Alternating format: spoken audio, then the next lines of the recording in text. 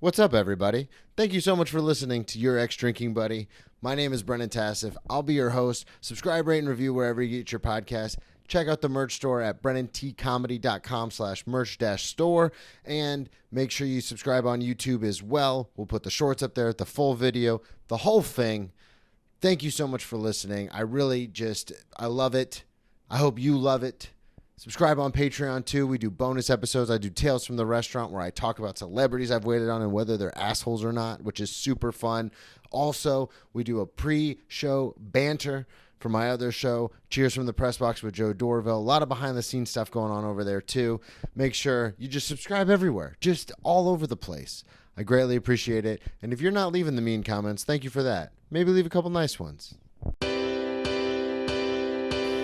Grab me a beer and grab him a coke. We bout to sit for an hour, bullshit and tell jokes. And please don't mix it up, cause he done sobered up. Brennan T Comedy on your social media feeds. And Brennan Tassif is your ex-drinking buddy.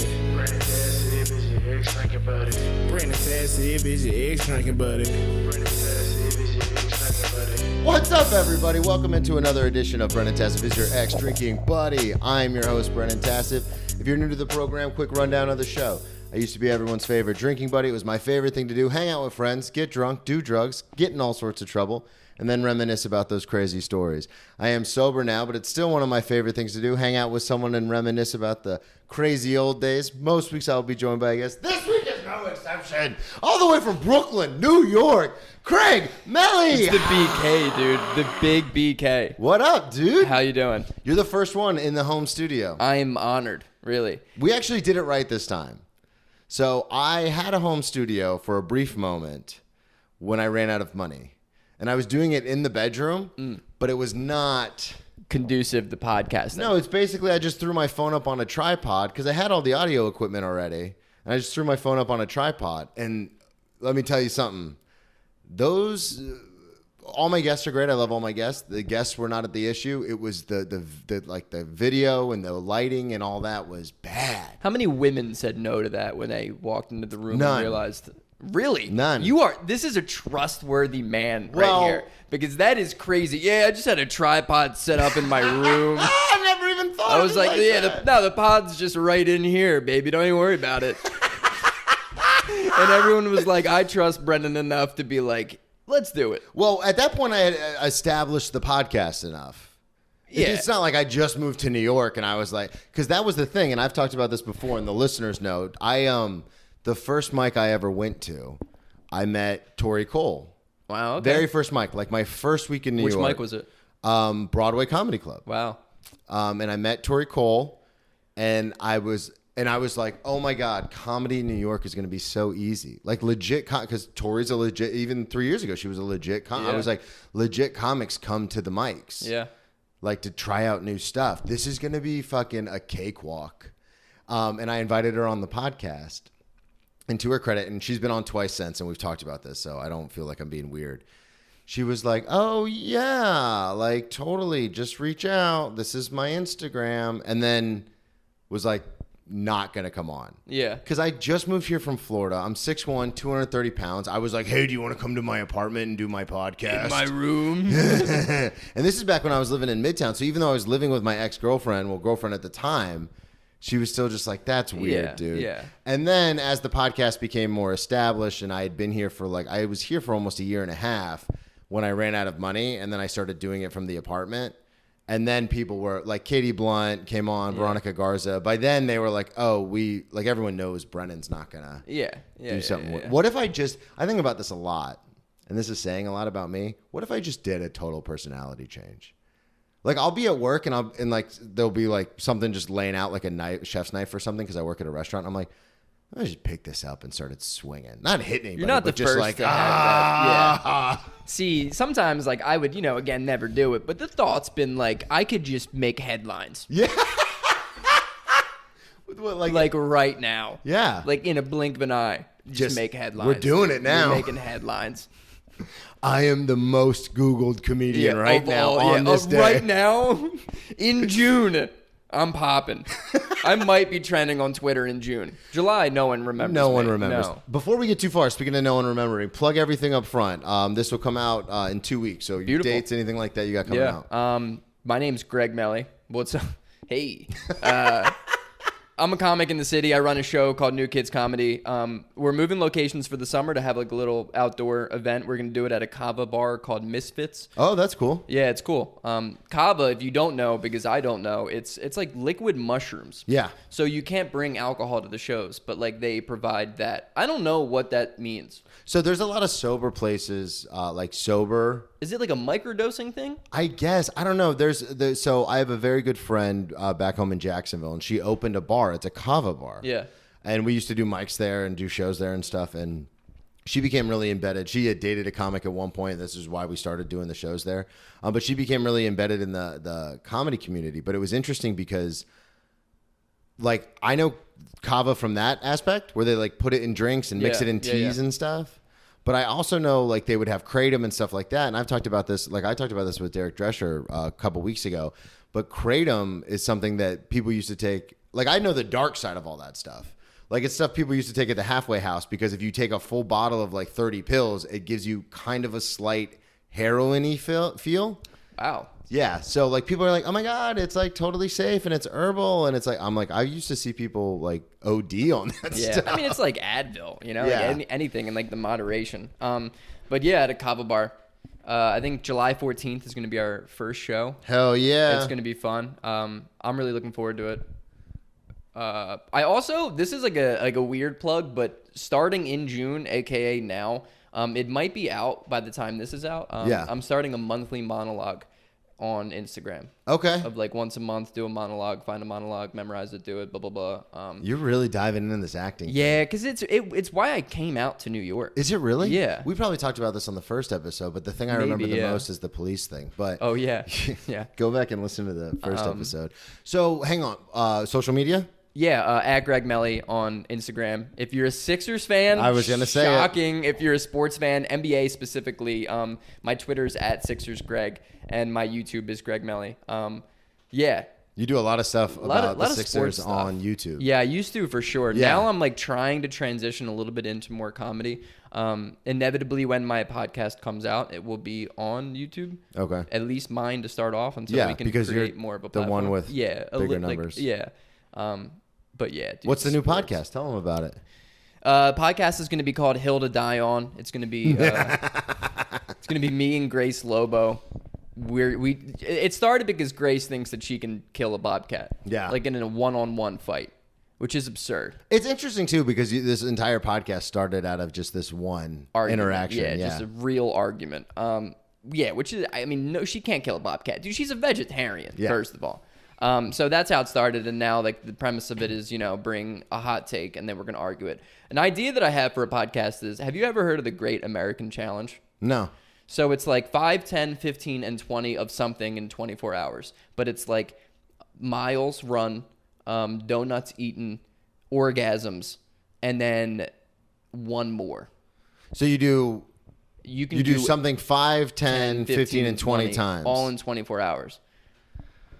And we're going to talk about it, and we're going to do it, and then the next episode we're going to come back with the results. That sounds awesome. It sounds fun. Yeah. God, I wonder. That's Dude, the whole thinking exercise. Yeah, we should just rip on it, dude. Yeah. If you want to be involved in this, dude. We'll do like a cross puckered new kids ex drinking just buddy. get- We'll yeah, do just- like it's a gonna be a whole- New York City pod, dude.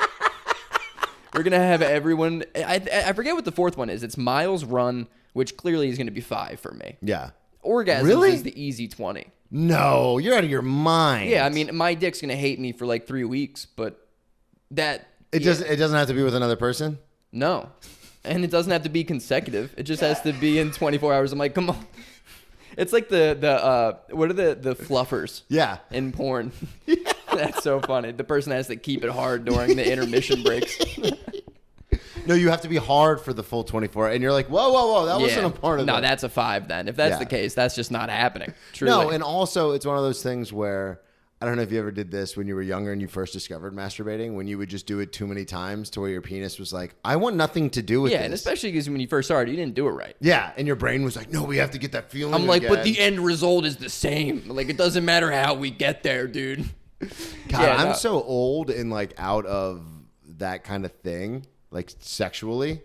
Like this is a weird thing to start on, but like I just literally will go like a week without doing that, and then I'll just be like, oh, it's been like a week. I should probably get on that just to make sure I still got it.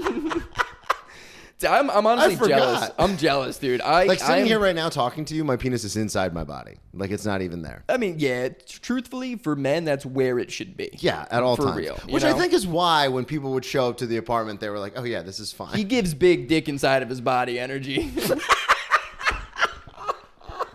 I'm looking forward to the age where I can totally just be like, I don't even want it anymore. Yeah.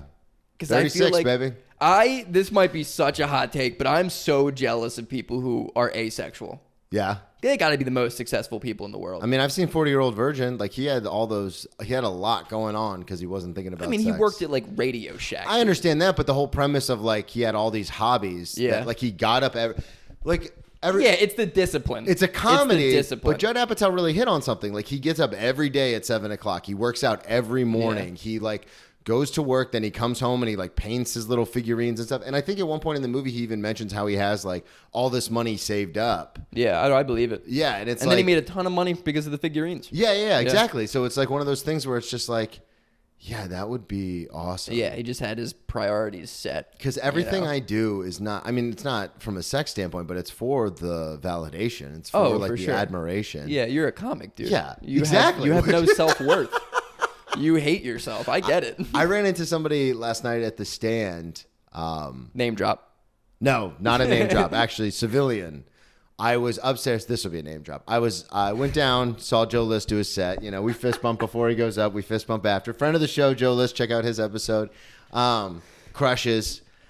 And it was a sold out show. So I'm like kind of standing like, you know, at the stand in the main room. I'm standing off to the side, but I have a distinct laugh. You know this. Right. So like, I guess someone in the audience heard my laugh and they recognized it.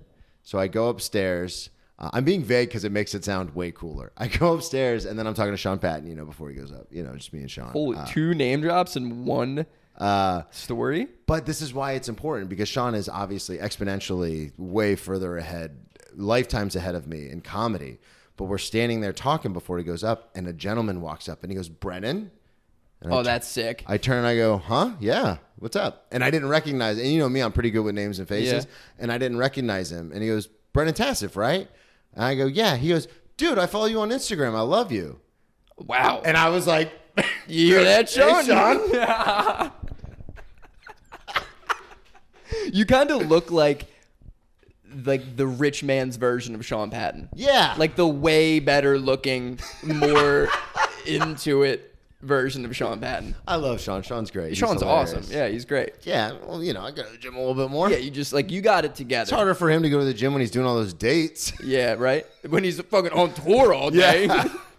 And I'm sitting at It's tough home. to find a gym in Oklahoma on Tuesday, but then Kansas on Wednesday. Yeah, it's not you know, easy. when you're playing theaters, there's no gym in the theater.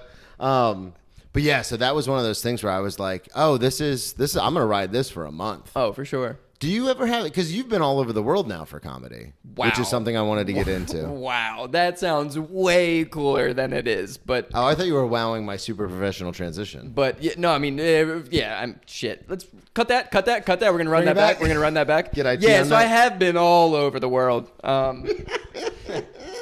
I have done that. I have a quick story though. I was in Penn Station a little bit over a year ago, probably like almost 2 years ago now. When Jack and I first started dating. Okay. And we were. God, has it been that long? Yeah, almost 2 years.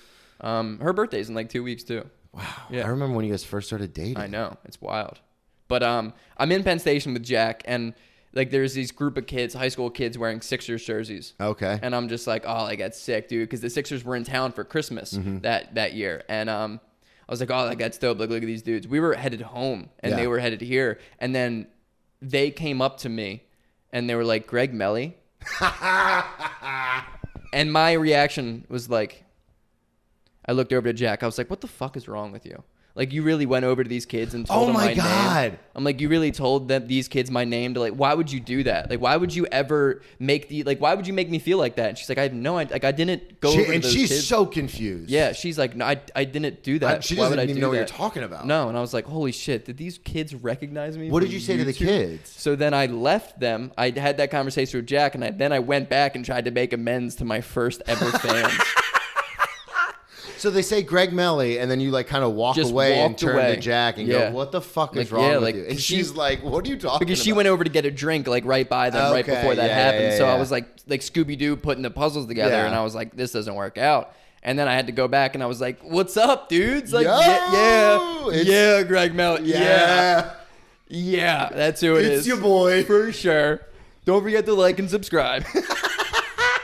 And then, like, we were talking, and I was like, yo, like, enjoy the game, like, go Sixers, whatever. And then I walked away, and I was like, that was the greatest thing that's ever happened to me in my life. It's so awesome. Yeah. It's only happened to me a couple times. Probably the best time, though, because I was being vague to make it sound cooler than it was. In all honesty, it was a person online, Comedian Discovery. Go check out their page. Oh, yeah. But they found some of my stuff, and he's really cool about promoting it. And, like, it doesn't matter if it's, like, Shane Gillis or if it's me. Like, he, like, puts comics out there. So him and I had back and forth before, but it sounds way cooler to just be like, oh, this guy walked up and was like, Brennan Tess? Yo, B-Tess? It's only happened to me one other time, really, and that's when I was still living in Midtown, and I walked into our diner, Morningstar, shouts out, our local diner, and these three drunk girls, this is when I was doing all the Hannah Burner stuff. Yeah. And these three drunk girls, like, fell out of the booth because I was wearing my hoodie. And Hannah's stuff, I always wore my merch. So I'm wearing my ex-drinking buddy hoodie. And I walk into the diner and they, oh my God, you're the guy from Hannah Burner. Like, fell out of the booth. They're like, oh my God. Because they were hammered. Yeah. And I was putting it to order and I picked it up and I was like, yeah, cool. And just turned around and walked away. Just imagine that all the time. Like, how tiring that must get. Yeah, and it's a weird thing too because I forget sometimes because it's such a one-sided thing. And you'll learn this. Well, I mean, you know this from the YouTube channel, but also when you know the podcast gets going, it's such a one-sided conversation. So people you barely know will come up and be like, "Hey, man, I heard about that thing at Penn Station. That's hilarious." And it doesn't happen so much for me at my level, but I do that to bigger comics, and not even on purpose. Yeah. Like, it's just one of those things where I've been listening to them for so long, and then if we're on a couple shows together, or if for an awesome reason they say they want to come on the podcast. And then I'm interviewing them, and then all of a sudden I'm like, yeah, like that time when you were 17 and this happened, and they were like, you can tell in their head they're kind of weirded out, but it's also like, yeah, I've been listening to you for so long. So I couldn't imagine how exhausting that is. It's kind of, but I do think though, like that is way better than being an actor and getting recognized because then that person thinks you are the character that you're playing. Which is weird because... And then they're pissed that you're not going to be like that, you know? At least with a podcast, like, it should be, and it usually is, right? If it's a good podcast, a genuine, like, personal thing. Mm-hmm, absolutely. You know? It's interesting, like, Jeremy Piven came into the restaurant. Oh, my God, dude. And I wanted him to be like Ari Gold, and he wasn't. Yeah. He just sat at the front on his phone, went and used the bathroom, came back down, sat down on his phone. And then his group came in and they just went down to the speakeasy and ate. And I was like, I wanted him to walk in and be like, what the fuck's up, with a paintball gun? With a paintball gun. Yo, like, of all people, I mean, Jeremy Piven's the only dude I would ever be like a huge fan. Yeah. Because like working at the Cellar, I've become so desensitized to everything. Like I've served, you know, like Selena Gomez, Matt Damon, you name it, right? Yeah. But Jeremy Piven, dude. And Ari Gold, that is my favorite character in television history. See, and that's an interesting thing too, is because that's the whole, like what you're talking about, like the character thing. Yeah, exactly. Because I've been in this business long enough to know, and I mean, people I think out there are smart enough to know, like there's a difference between the character you play and the person you are, especially with acting. Because again, with comedy, unless you're like a super dark comic, like Jesselnick is like not the same person on stage as he's off. Apparently, Adrienne Abelucci, good example. Yeah, she's awesome. Sweetheart, yeah, she's sweethearts. Awesome. But on stage, you're like, God, this is mean. Yeah. But also hilarious. But it is interesting with the acting thing because, like, there's like Burn Notice. I talk about all the time. You know that. Show. I've seen that show all the way through so many times that in my head, like, it's like I forget that they're paid actors. So like when I see Jeremy Donovan and other stuff like Sicario, I'm like, what's Michael Weston doing here? Dude, this is non-believable. And it's this is a crossover. Yeah. And so I even fall into that sometimes. Yeah, and it's hard not pretty to. smart, so I couldn't imagine just being like a doofus in the middle of the country, just like, duh. Yeah. And then it's you hard not to, yeah. though. You know, like they're good at what they do. Like acting is such an illusion. Yeah. Like they. Well, put you're on an this actor, man. Tell us about it. I will say that I have had at even the level where I'm at when I did a play, and then right after when I come down to leave, like I have had people kind of be surprised at to how I was compared to what I just played. Yeah. Even at that level. Do you have that on stage at all with comedy? That people are surprised of who I am afterwards? Yeah. No, I try to. I'm aiming to be as exactly as I am on stage. Yeah, and I agree with that, and I completely, obviously, there's stories that I tell where people are like, oh, you should say this, it's funny, and I go, well, that's not true, so I'm not going to say that. So like, I try to be 100% myself, but there is like a level that it goes up a little. You're more laid back than I am on stage. Like I'm a little more like, Yeah. So, but it is interesting because this happened last night. I was doing a spot, and I walked in, and it was a spot that I had no business doing, in the sense that I didn't know anybody on the show. I didn't know the host. It was just like a friend of a friend was like, hey, I found a spot for you at 7:15. And then they were like, hey, do you think you could bring some people? And I go, it's 4:30. Like, I'm not doing a bringer. And they were like, oh, it's not really a bringer. You can still go up. It's just, it would show good faith. And I was like, whatever. So I go to the show and I don't know anybody. And there's like 15 audience members, nothing crazy. Oh, that's the best, though. So I'm sitting in the back of the room with the other comics, but I don't know any of them, which goes to show you how big New York is. Yeah. Like the fact that I've been here for 3 years and I do comedy, like I do something comedy related. You're out there. Almost every day. You're out there. And I didn't know any of these people. Yeah. And it was one of those things where I just sat silently in the back.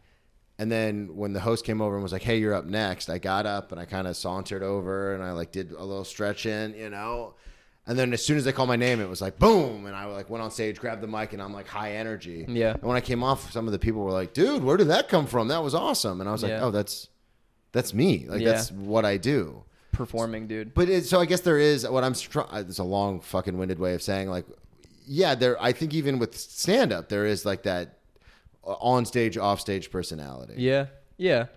I don't know if I've ever had anyone like surprised, maybe. Yeah. And it depends. Like sometimes my energy levels are just higher. Yeah. Like I'm trying to find who I am more of like if I'm a higher energy comic or like more of a laid back person. But like, yeah, because when I first saw you a couple years ago when we first started doing mics together, you were more laid back. Yeah. You were like the fucking cool kid. Baby. Yeah, but then I realized like I'm not cool. I have a tattoo of a cat on my arm. That's not cool. I was thinking about it yesterday. I was like, I don't think a guy can be intimidating unless they're tall. Because, like, yeah, I was told that I was, like, like, if you're an attractive person or whatever, like, oh, you can come off intimidating. And they were like, Jack was like, well, Greg, like, I think you would be intimidating if you weren't so open. And I was like, no, I'm not tall enough. There has to be, like, a height thing. It's either success or height. No, I think it's just height. But I will say, like, I mean, Matt Damon's exactly my height. He's 5'8". And, like, he is not so much intimidating to be around, but, like, the idea of him is intimidating. Yeah, but I will counter your point with another point. I met Channing Tatum, who's 6'2", and I was intimidated. Oh, for sure. But he also, it's just the awareness of, like, he knows he's so hot. Yeah. Like he looks like he's 20. He's like 44. He looks like he's 27. Yeah. Still. Has he get work done? I didn't look like it. So if he got it done, God, it was well done. Well done, dude. Super well done. Yeah. But no, there's a good point to that because a lot of people, when they see me at the gym with my hoodie up and stuff, I've had this happen 5 or 6 times. They come up and they go, do you know who you look like? And I go, Alexander Vosilevsky, the fighter out of Australia for the UFC. And they're like, yeah, man, how did you know? And I go, because people say this to me all the time. It's the nose, and it's the Eastern European background. But then I Googled him, and he's a featherweight. He's like 5'5", like 140 pounds. And this is a UFC former champion, like a fucking fighter. And I read the 5'5" thing, and I went, I could probably squash this kid. Yeah. Obviously, I couldn't. That's an insane thing. You got to bring this to hill to die on, dude. That is a but topic. To your point about the height thing, Exactly. I saw 5'5" and was like, what? Yeah. I'm 6'1". Yeah. You just like there's a level of like you cannot be intimidated by a guy like physically unless they're tall.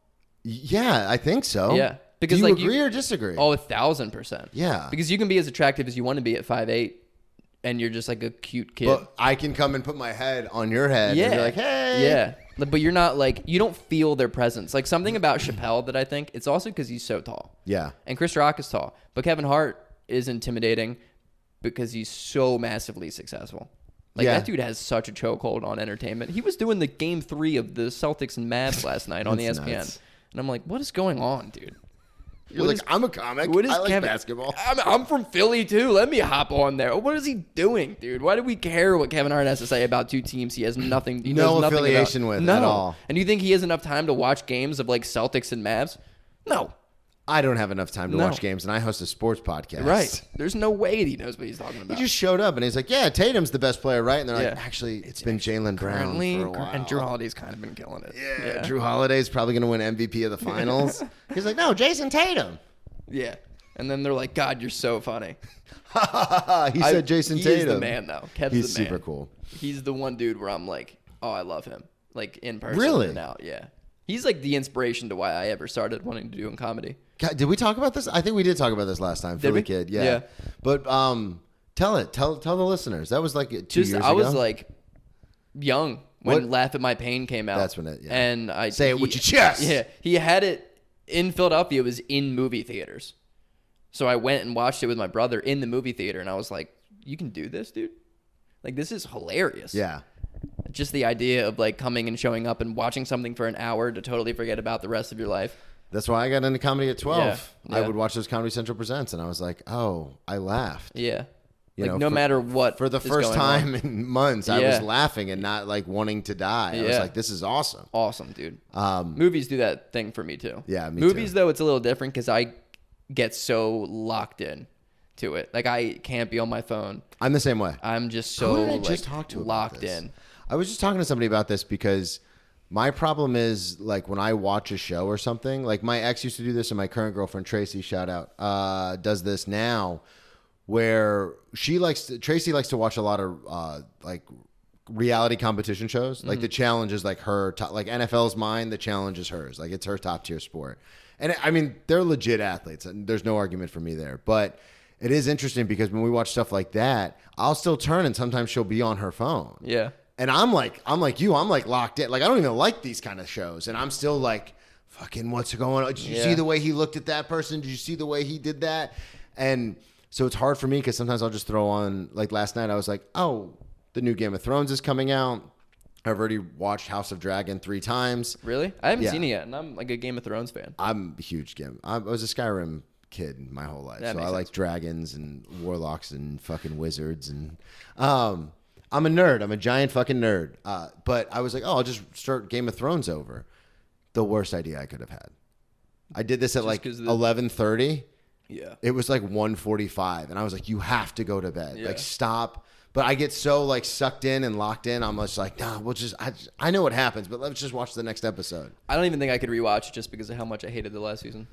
Yeah, I actually decided, Rob J, very funny comic who's coming on the podcast, told me a hack for this, which never crossed my mind because I get so into, I'm a completionist, like I have to finish everything. He goes, yeah, I just didn't watch season 8. And I thought you were going to have some like elaborate plan on how to get away with it. And you're like, no, I just didn't watch it. Yeah.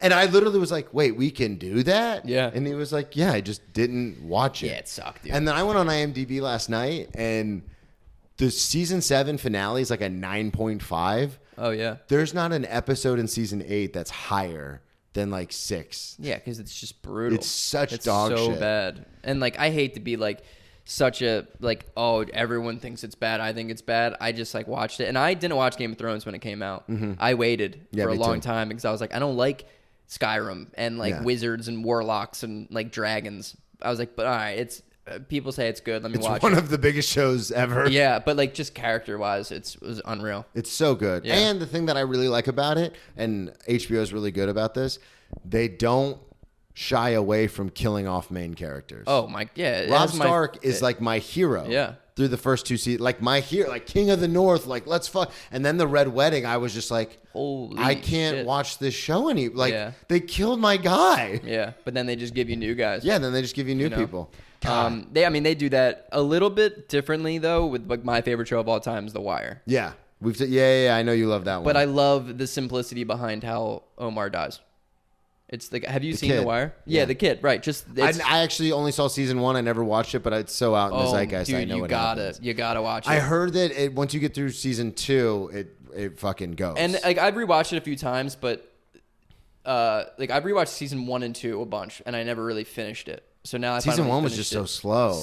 I like season 1. Season 2 gets a lot of hate, but I think it's actually a pretty compelling story. But then season 4 is... I heard 3 it starts to ramp up, and then 4 it just starts singing. 3, 4, 5 are incredible. Yeah. But I think 4 is maybe the best season of anything I've ever seen. Good. Yeah. I gotta because watch it takes like the writers of the show were journalists in the city of Baltimore for like a decade. Yeah. And then they used all of the information that they acquired over a decade to create a show, and it's the most realistically. Have you seen The Sopranos? Oh yeah. It's ruined The Sopranos. I've just finished. I'm finishing up The Sopranos right now. Yeah, it ruined it for me. I can't even finish The Sopranos because it's not real enough. Yeah. For me, and I know it's a little bit. They're different. Mm-hmm.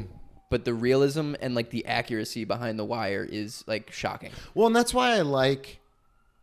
And when I say realism, I mean like things that would actually happen. Yeah, and what are the results? It's not even what happens; it's how is that dealt with. Yeah, well, and that's why I like Game of Thrones, because obviously it takes place in a fictional world, but that is real politics. Exactly. You just like when people like disagree with you, you just kill them. Yeah, especially back then, dude. Yeah, and well, even today. Yeah, like I mean, the government does that all the time. Yeah, people just disappear. Shout out JFK.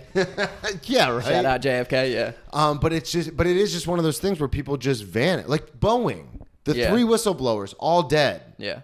And I didn't within even know, a week. Didn't even know that until right now. So there you go. Oh, you didn't know that? No. Shout out Boeing, dude. The people who whistleblowed on the 737 all had mysterious deaths within a week. Have you seen the Octopus Murders on Netflix? It's very similar. You should watch that. That's cool. But it's like one of those things where this used to happen with my ex Alyssa back in Florida. She'd like someone would cut her off on the highway and she'd be like, "Fuck you," and like honk at them. And she's like, "What? I'm from Jersey." And I'm like, "You're from like Clintonville out in the country. Like you're not from Jersey." Yeah. But I used to be like, hey, people have guns. Like, all it takes is someone getting a little frustrated and shooting us, and then we're just dead. Yeah. Because that's how real life is. And that's why I don't like these. Like, the thing I knock on The Sopranos is everyone knows Tony lives. Everyone knows, because everyone has seen that final scene a million times where they're all sitting at the table and then it cuts to black. Yeah. So it's like there's no stakes. No. It's like, you know. But it's also like just... Season 1, there was a very brief moment that ruined the show for me that I just could not finish. It was that Tony like was mad at somebody, so he like showed up to Christopher like needed money from one of his corner boys, so he just showed up to him and just beat his ass and then left. Yeah, and I'm like, no, dude, that's not. It doesn't. You're not gonna chase somebody down the street.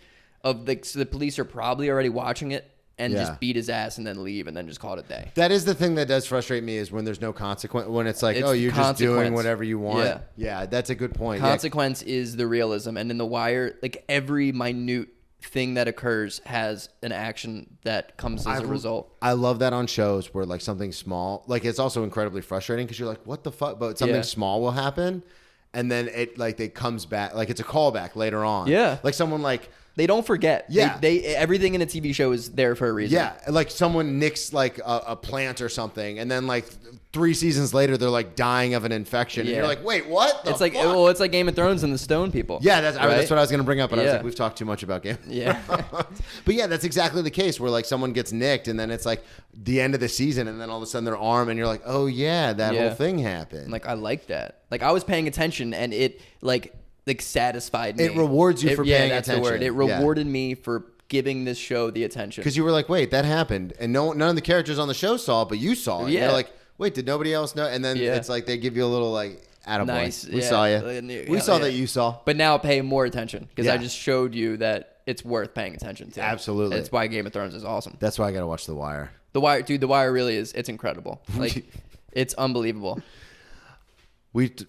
What time is it? Oh my God. We just did 30 minutes on entertainment. Just TV shows? TV shows and comedy, baby. Hell yeah, dude. Let's talk about you, dude. It's been a little while since you came on. The last time you came on, we talked about how you were accosted by a police officer in a bathroom. Yeah. You ended up having to give him $40. $40. Get a good memory, dude. Thank you. We talked about a couple other things. You moving to the city, coming up in New York and everything like that. But since the last time you've been on, Explosion, you've got New Kids Comedy. You've got the podcast. New Kids. Went to Europe for stand-up. Yeah. Tell us about that. What was that like? Did you guys party out there? Getting hammered every night? Doing blow? Dude, so much blow, dude. No. Actually, I've never done cocaine. Really? Yeah. Dumb. My nose is too big. It like It's scares not. me. Well, it's not even worth it. No, yeah. Especially like with Adderall and stuff out, just take some Adderall. Yeah. Like it's fine. That was college. College was definitely Adderall. Yeah, the thing I don't like about cocaine is the fact that, one, especially back home, everyone cuts it with like baby aspirin and laxative and stuff, so it's not even that good. And two, now there's fentanyl out there, so you could die. Yeah. And also, like, I got more of a high, like, taking Adderall, like more of a long-lasting, like, it's productive meth. high. Yeah. Taking Adderall than I ever did doing coke. Yeah. Well, isn't Coke like a 45-minute thing? Yeah, coke lasts normally about an hour for me. You in my hop in a experience. 45 milligram XR Adderall, you're done for the next 12 hours. Dude. At least. Dude. Yeah, no, I know. I've written a lot of final papers on some XR. The first time I took Adderall, I remember this is because I'm older than you. This was in 2010 when I was in college. And I had to write a paper, and someone told me about Adderall. So I took one, and it was a time release, like the whole deal. The little beads inside? Yeah. I remember sitting in the computer lab, and this is when Facebook was like 2010, man. It was like a thing. Like Instagram wasn't around really or anything like that. And I remember being in the computer lab, like just searching out friends I hadn't seen since like middle school on Facebook. Like I was supposed to be writing a paper, and I got like totally sucked into that vortex. Hyper fixated, dude. And I just remember turning to people in the computer lab being like, have you ever tried Adderall? This Adderall thing is fantastic. Oh my God. Have you ever done Adderall? Adderall is great. Just for like 8 hours. You were the most hated dude in that entire. They're like, yeah. And I had stopped playing football at this point, so it must have been 2010 or 11. And so I was just like getting hammered every day. Yeah. And like I was fucking around. So I wasn't even like the cool guy, like, oh my God, that's Brennan. He plays for the team. I was just like some fucking nobody. Tweaked out, just like, tweaked out meth head. You guys try Adderall? Yeah, I mean, not the first time, but, I used to take Adderall a lot in college just to get it done. I also need to be prescribed it. Like, not what I was taking, but to a degree. To a degree. I remember... Not what I was taking. I was taking absurd amount. The girl who used to sell me the Adderall, too, like, loved me. So I got, like, 60, 70 milligrams for $5. Get out of town. It was incredible. I didn't even know they made them that big. No, like, just bags of bags. the amount Okay, of, like, 60, 70 milligrams. The biggest one I've ever taken was 45. Really? Yeah. I think the biggest one. Well, no, I don't even remember what I took in college, but one of the girls that I dated when I was still back home. God, it's a lot of ex talk. Tracy's not going to be happy Every with story that. starts with this ex. Only because she was like a big drug user. Yeah. That's why it's important to the correlates, stories. for sure. It's never just like a weird flex. It always correlates to the I've story. got a lot of exes. Greg, I don't know if you know that about Really, I've got the most exes. The best exes. I've used to be really bad in relationships. I used to be terrible, but I was the best. They were terrible. Dogs. They were all dogs. But she had Adderall for her son, who was like 5. Yeah. And so the little like 5 milligrams, and we used to get fucked up together and then like drunk. And then I'd be like going into work, and I'd be like, hey, can I have like 3 or 4 of your son's Adderall? And she was like, yeah, of course. And then like now in hindsight, I'm like, oh, I was this young Stealing child, from a child that had medical who concerns. had mental, Yeah. Learning disabilities. I was stealing his Adderall. Because you were just hammered and hungover. Had to get through work. So the most you were really doing was like 15 at the time. 15, 20. Okay, Yeah. So 45. That's nuts. So it's an extended release too. I remember it was 4 p.m. the day before my final paper was due for my thesis final paper for my major, one of my major classes, and I have not started. What was your major? Criminal justice. Okay. Ironically. 4 p.m. the day before, and it's due 4 p.m. the next day. And I went 4 p.m. to 4 a.m. Wire to wire, baby. Non-stop, 21 pages, and I got a 96 on it. And then I reread it. Like, I still have it on my laptop, and I reread it, and I was like, I think I put 3 periods in 21 pages. Damn. There's like, dude, it was the... Just stream of conscience. It was just one long run-on sentence, dude. It was so Your bad. professor knew what was going on, though. Yeah, they were like, whatever. dude, we don't care. You're Now not with gonna get a AI, job. it's got to be hard to do that. I had a professor in college. Shout out. I don't even know if I want to say his name because I'm going to talk about cheating. He was so analog. He wouldn't use computers for like. Yeah. Other than and he wasn't even like an old guy. Like a lot of the girls liked him. He was like in his late 40s, early 50s, history professor, but like wore a tweed jacket, like kept in really good shape and stuff. What a nerd, like, dude. He was a He's total rocking nerd. tweed. He's a tweed guy. Dude, I loved him though. Professor Ingle, shouts out. Wow, it took him 7 seconds to realize. Let me just drop it. I can't not do it. But he was all analog. You love that word today. I do. I've said it like It was 4 like your times. first sentence of the day. I You were know. like, I don't I think it's like stuck in my head now. It's a fun word. But he wouldn't. So other than the school being like you have to hand in your grades digitally, he wouldn't do anything digitally. He wouldn't do anything on the computer. It was all like you write a paper out. Like so, we'd type it obviously, and then he would like read it, and then like mark it. Old school. He was still doing tests. Like every year was the same test. I say all that to say, we had a paper that we had to do on a governor for the Civil War. And my buddy had him literally the same class, Civil War and Reconstruction, had him the year before or the semester And you before. just straight up took his paper. Just gave me his paper. Yeah. Did you guys get the same grade? No, I did better. Really? Yeah, because Wow. he liked me better. Yeah. He sounds like your teacher sounds like one of those dudes who definitely has like an end of the world bunker. Yeah. Well, and he's like super. I mean, most history professors are like more right leaning, more like more like Is- they're the is right greatest guys. conservative? Yeah. All right. I don't vote, and Brendan can't. So. So we're here really just talking about. Did I tell you, I've been doing this on stage. My manager the other day when Trump got convicted. I told you to make that joke. You did. I did tell you about this. So You're the one. It you're works. doing it works. now. Yeah, I yeah. told you. Yeah. Nice, dude. We Yeah, I love saw that. you outside of the cellar. Yeah, I You was told like, me, you yeah. have to make that a joke. Yeah. Because it's so funny. It's working so well. Yeah, of course. It's so funny. Because people, I threw in the Black Panther line. People didn't like that. No, I told you that from the You get-go. told me. Avoid the Black You were Panther. like, maybe don't do that. I was like, no, it's like a representation thing. And you Like, go, yeah, wrong representation You're like, for sure. I understand what Yeah. you're saying, but it's- don't do that. Yeah, not gonna. No, for sure, don't do that one. Oh, that one fell flat when I the joke got a big hit, and then I Did you do the Black Panther thing at a show? No, at a mic. Oh, okay. I did the Black Panther. I did it, and I got a laugh, and then at the very end, I went, "Yeah, he's my Black Panther," and it just silence. Oh my god, yeah, that's terrible. You I was just like, "Come on, guys!" somehow made that into a racial thing. That's such a bad. And because I was at a mic, I was like, like representation, like, come on, and everyone was just like, No, we get it. Yeah, we it's got not it. that we don't understand it. It's just that you should not say that.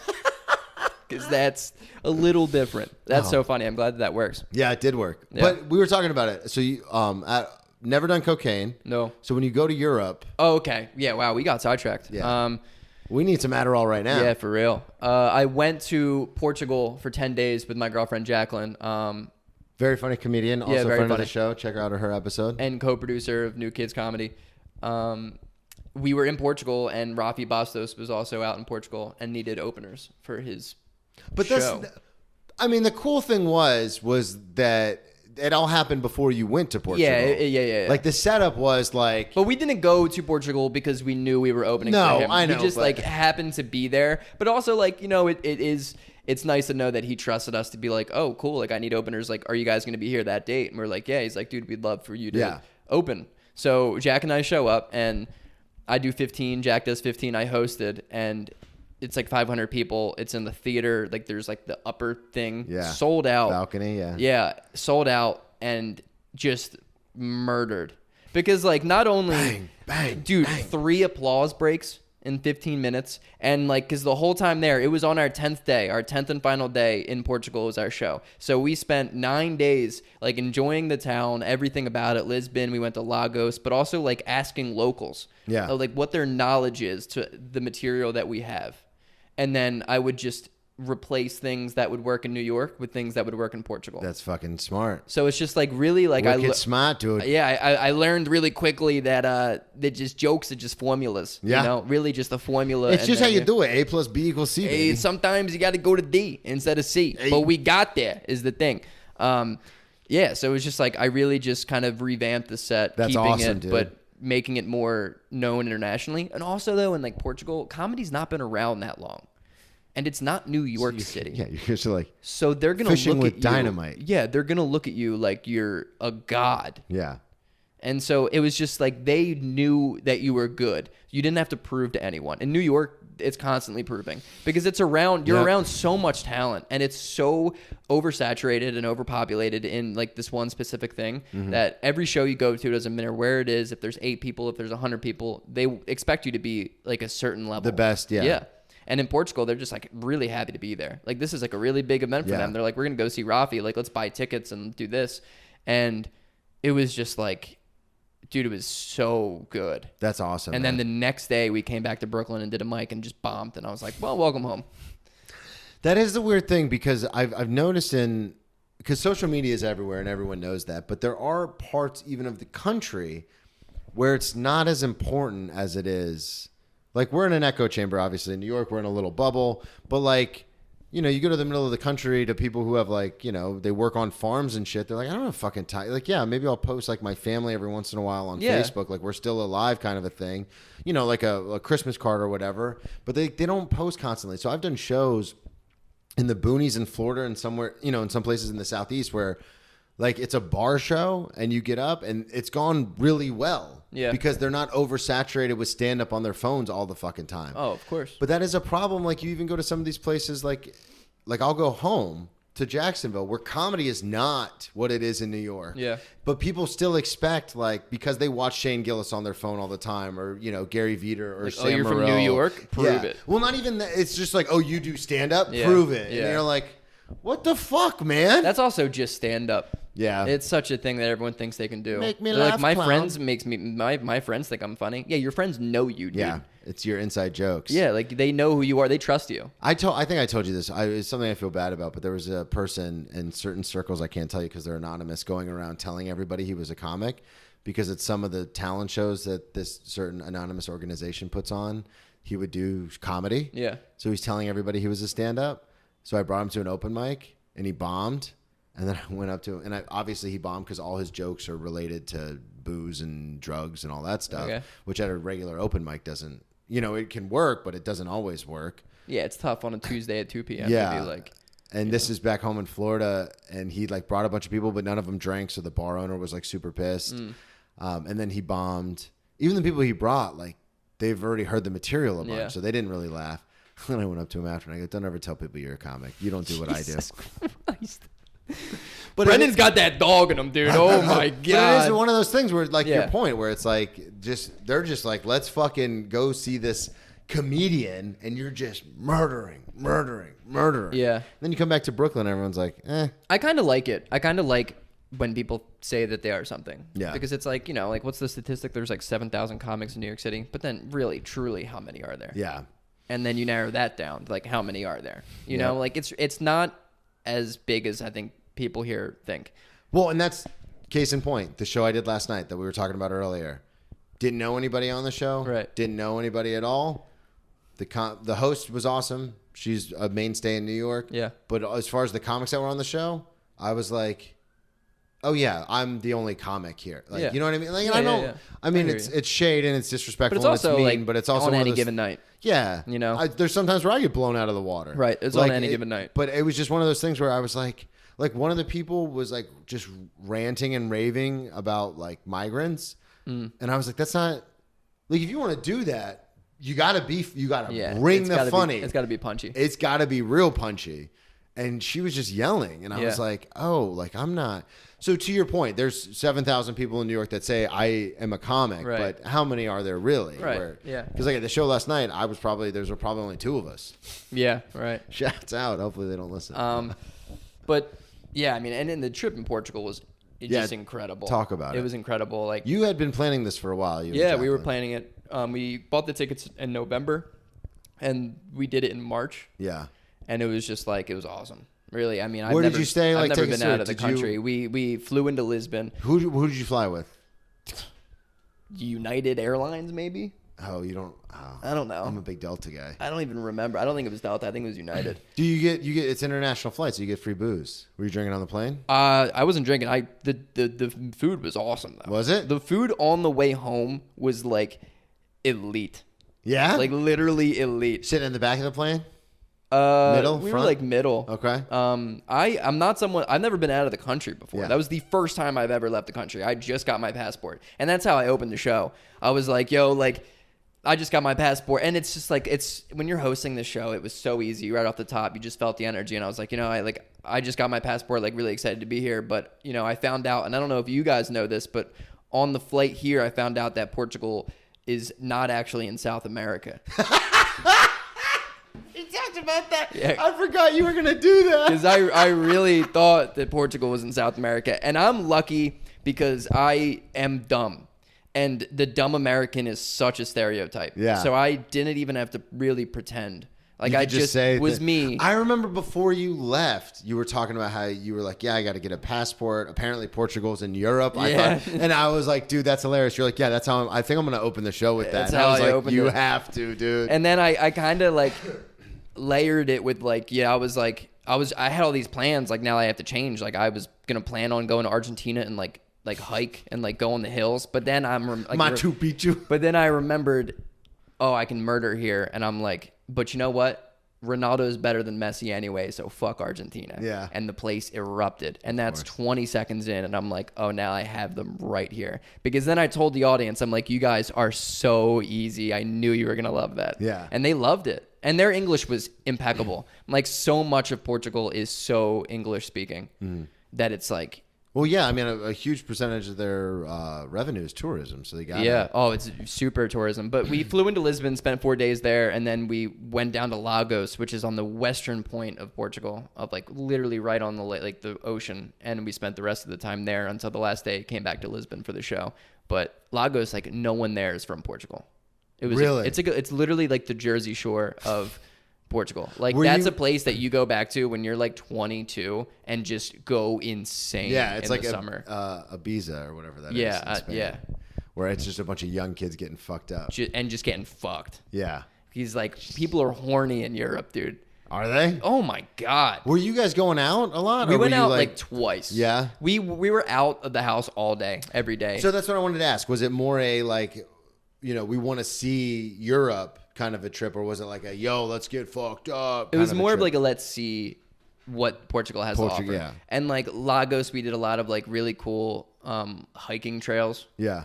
And it was just like sick, dude. I'm such a nature guy. I'm such an animal person. Like I'm already planning the next trip to Peru just because I want to hang out with some capybaras. Fuck yeah, Like, give me man. some weird animals, dude. That's all I want. And like I've never really been a huge like partier. Yeah. I'm a lot more like introverted with like big social things, but the going out was fun. I'm trying to work on a joke about it. But in Portugal, dude, they consume American entertainment like it's insane how much Europe consumes it, but they consume it at like 10 years behind us. Yeah, that's So that's they're like rocking like Ignition, the remix by R. Kelly in the bar. They And don't I'm- even know he's in jail right now. Right, and I'm like, should I go up to tell him what's going on with R. Kelly? Like, but I'm like, I'll just wait 10 years to be like, I told you so, dude. Yeah. Like, You could predict the future, like Biff in yeah, Back to the Future 3. literally the man. You're just like, Because hey, they're playing like Britney Spears and R. Kelly. And Are I'm they like, really? Dude, yeah. And I'm like, R. Kelly's, this is crazy. that right guy now. was arrested. Yeah, that dude has been bad for 30 years.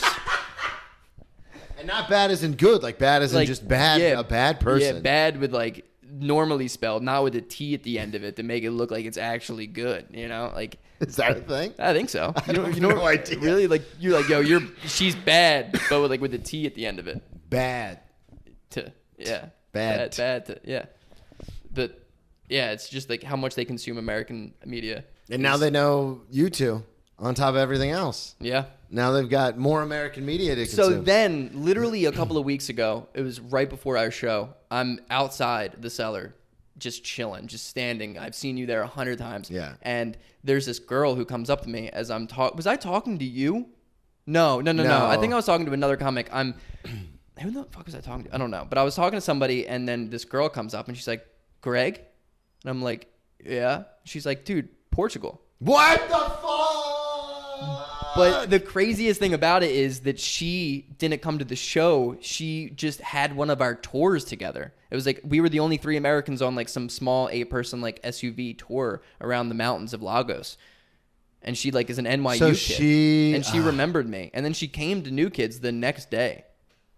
It was wild. That's nuts. Yeah. The world is a much smaller place than we Especially New assume. York. New York's a Yeah. lot smaller than I think people realize. I run into people all the time by accident, and it's just kind of just because it's so small. But like, it's weird because there's people you want to run into. Yeah. Like you're like, oh man, that was so cool that night that I like went up to the cellar to get food and I met so and so. Like I want to make that happen every night, and it just never happens again. And then like Zach Braff came into the restaurant the other day, and it's like, oh, I never thought I'd be hanging out. Like I never thought I'd meet Zach Braff. You could say hanging out. that's- Don't feel yeah. weird about it. That's Say cool. it. That's okay.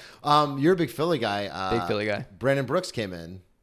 You're all pro right guard for the championship team. Oh, Brandon. Yeah. Is his last name Brooks? Yeah, I think you might be right. but he came in, and this was funny because he's been out of football since. Yeah, I was gonna say he's been retired for a little bit. But I could tell he played football. Yeah, I don't wonder why. Because he's 6'7", 320 pounds. He's like 6'5", but yeah, he's wide. He's an offensive lineman, and is a guard too, which are the big boys. He's huge. And his girlfriend, wife, whoever she was gorgeous. I would hope so. Like, looked like. How small was she? 5'5". Dude, it's unreal.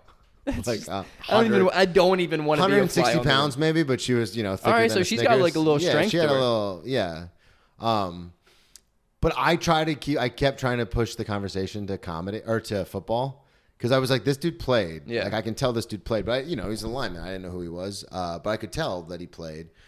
So I remember I was like trying to steer the conversation, and I was like, oh, how long you been in New York? Oh, he's like, oh, I love this steakhouse. I just moved here, so I wanted to try it. Like all my friends told me to try it. And I go, oh, where'd you move from? And he was like, I've been all over. He's like, I grew up here. I went to college in Ohio. And so I'm thinking Ohio State. Mm-hmm. And I played against Ohio State in college. So I was like, oh, where'd you go in Ohio? And he goes, oh, Miami of Ohio. And then he's not mentioning football at all. Yeah. And so I panic and I just go, do you know my friend Harold Rogers who went to Miami? I didn't know what to do. Harold Rogers, for those of you listening, is a comic who's a friend of ours, also a published author. Oh, Harold went to Miami. Yeah. And no, he just went, yeah, that's cool.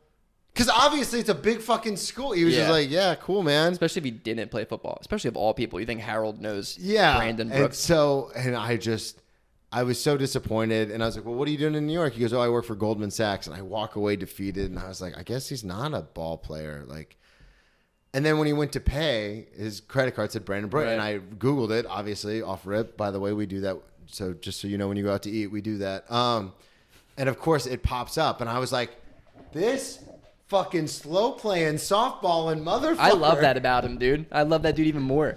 Yeah. Because I would be the same. I dropped out the check, and I went, go Birds. Really? Yeah, and that's awesome. He just laughed. Yeah. I would be the same way. But it was like one of those things where it was just like, how are you not? Because I don't know about you, but like, what happened to you in Portugal?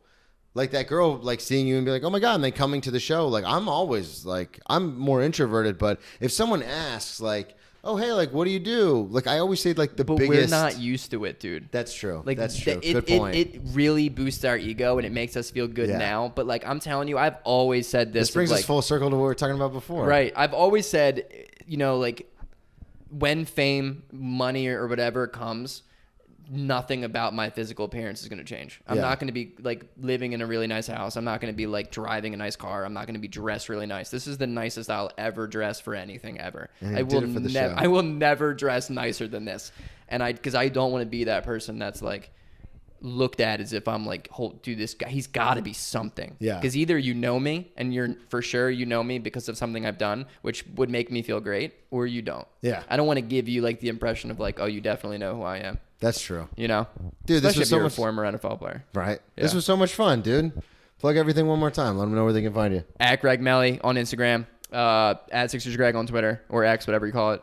At Greg Melly on YouTube. Hill to Die on soon, coming to Instagram and everything. I appreciate you, Brennan. Thank you, everybody, for listening. We'll talk to y'all next week. Thanks, brother. What's up, everybody?